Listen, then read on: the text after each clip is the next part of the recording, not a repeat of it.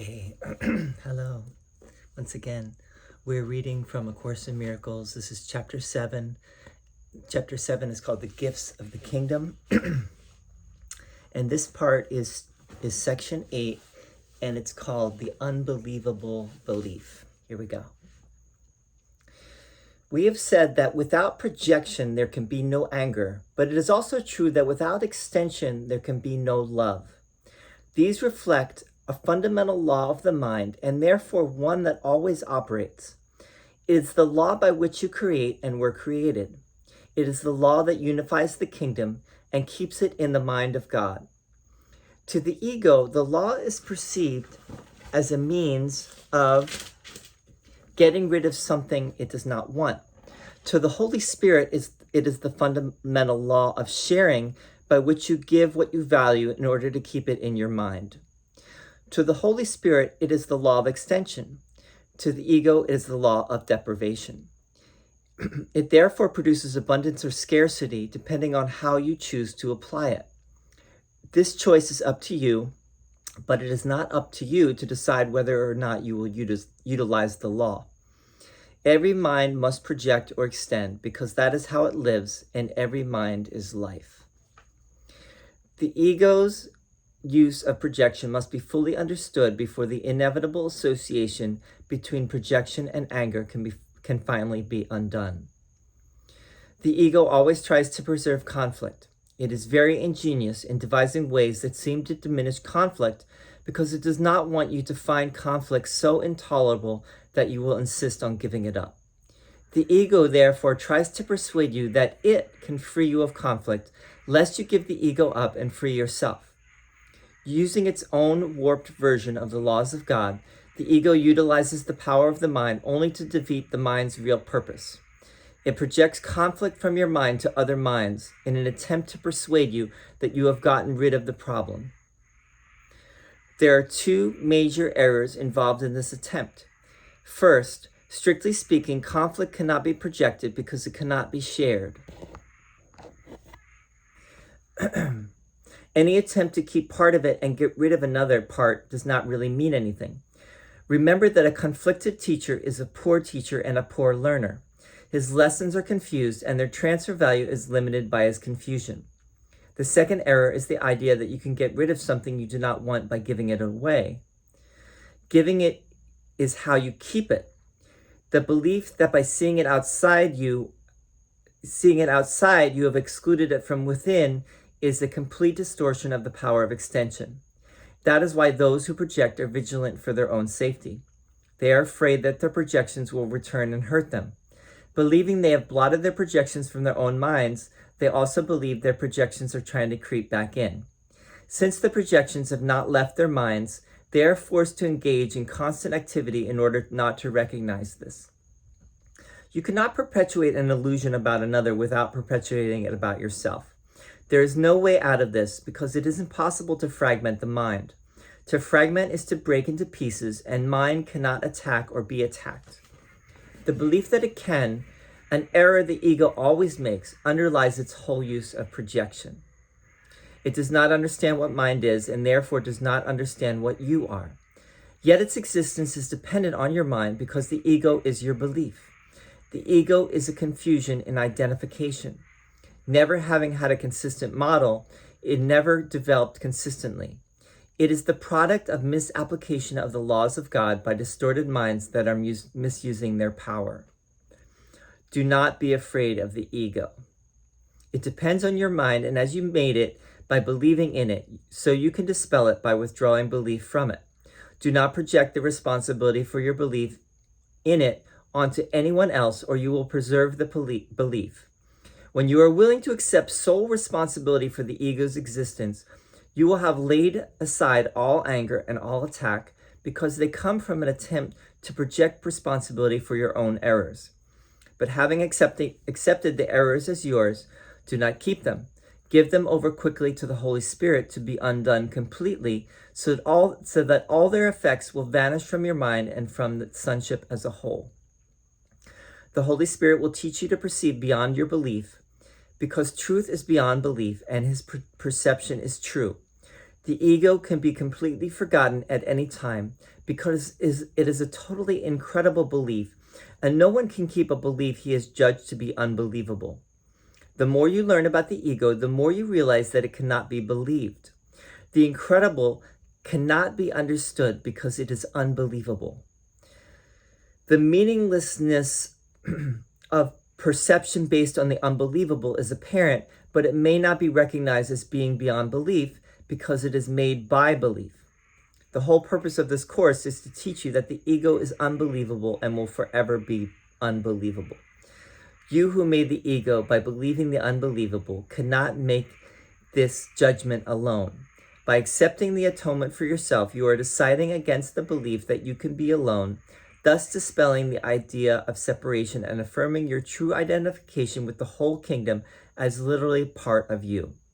This identification is as beyond doubt as it is beyond belief. Your wholeness has no limits because being is infinity. Okay, some of the highlights. Here we go. Do not be afraid of the ego. Jesus is saying it is incredible. It is literally incredible, meaning it is not credible. It is unbelievable. Do not believe it. You do not have to believe it. And the part of the problem is that we, the miracle principle, or what Jesus says, which is that the sole responsibility of the miracle worker is to accept the atonement for oneself. So all you need to do is accept the atonement. The atonement is that separation from God is impossible. It never happened, could never happen, did never happen. We are still one with God. Our wholeness has never changed. We are still the one Son of God that has never changed. And Jesus also says your sole responsibility is to accept that it is your sole responsibility to not project the belief in the ego onto anyone else. Don't make it anyone else's problem. In other words, there's never a reason to be angry. Jesus is talking about here about anger and projection. Why do we project onto others?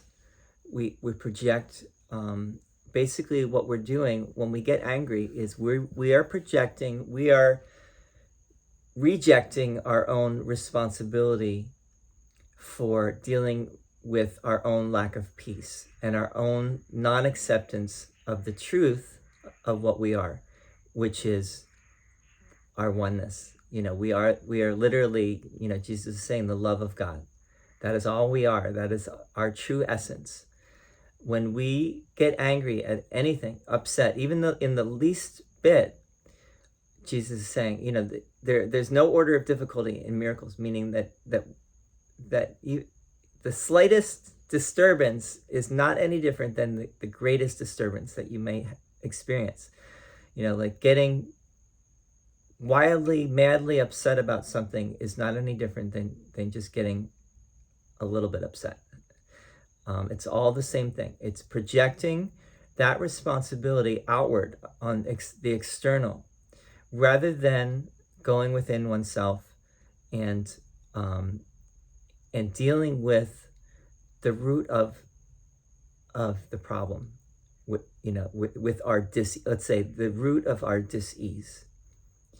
And if we could do that, which is what Jesus is urging us to do, we would return, we would find ourselves once again in the peace of God, in the love and peace and joy of God and the Holy Spirit. But until we do that, we will project. So in other words, the projection is basically the idea that we can project something onto someone or something else and get rid of it. And Jesus is saying, no, that our minds, whatever we project out, we we actually do keep. So if we project onto someone else our anger at what they are doing, or what, the way they are, or whatever it may be. It might be a person, it might be a thing, it might be. I was just reading an article about artificial intelligence, like AI.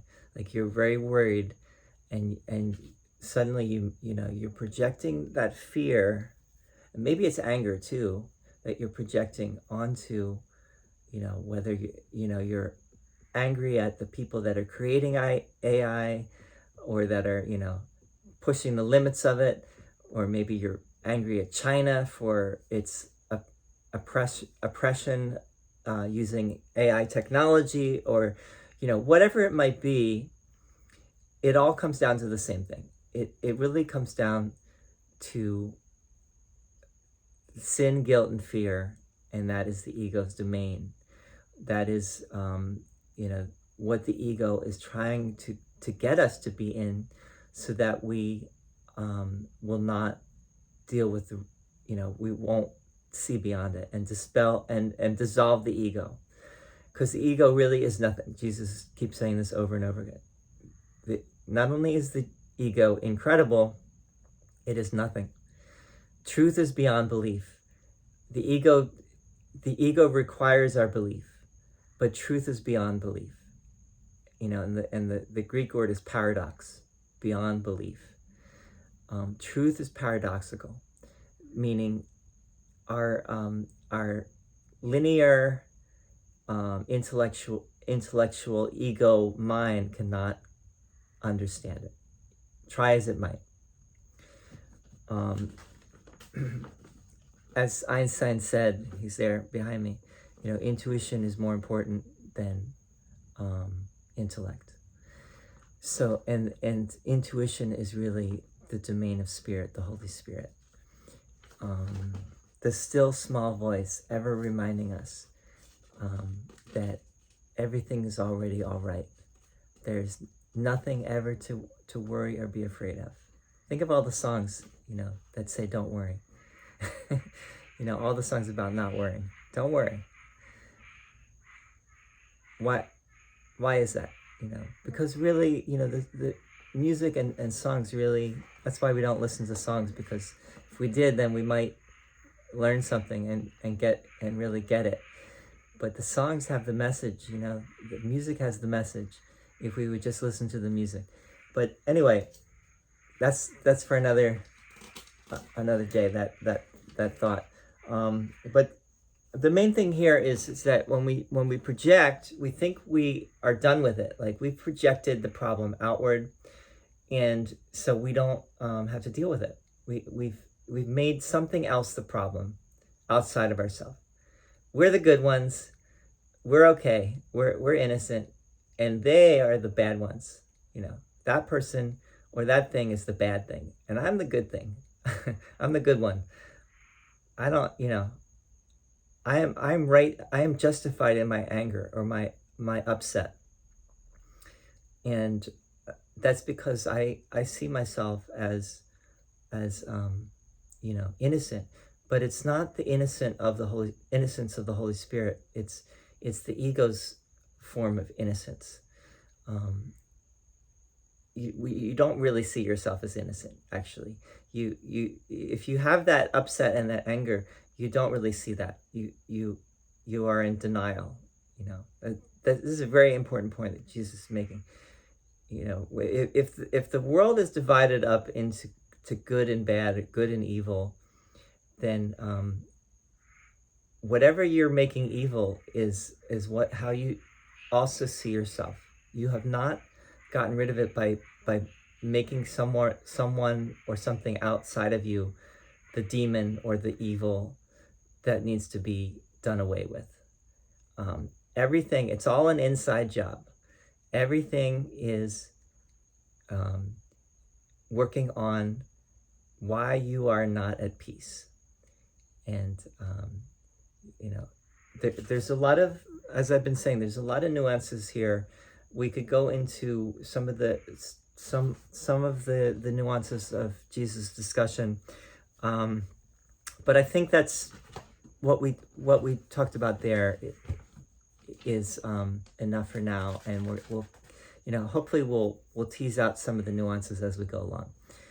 But Jesus is bringing up this basic psychological principle again and again: projection and extension. Love is only extended. Love is, I give love so that I know, so I can know that I am love. When I give love, that love is what I am, and as I give love, I am in the love. Ego projects. As I project my anger outward, I think I've lost the anger, or I've done away with the anger. But the reality is, the same with the law of extension. Whatever I give away, I still have. It's still there. All right, that's good for tonight. We'll continue. We're almost done this chapter, chapter 7, the gifts of the kingdom. And it's actually quite a few more sections here. No, maybe not. There's a few more. And then we'll be on chapter 8, the journey back. Thank you for listening. I would love your comments, and see you soon.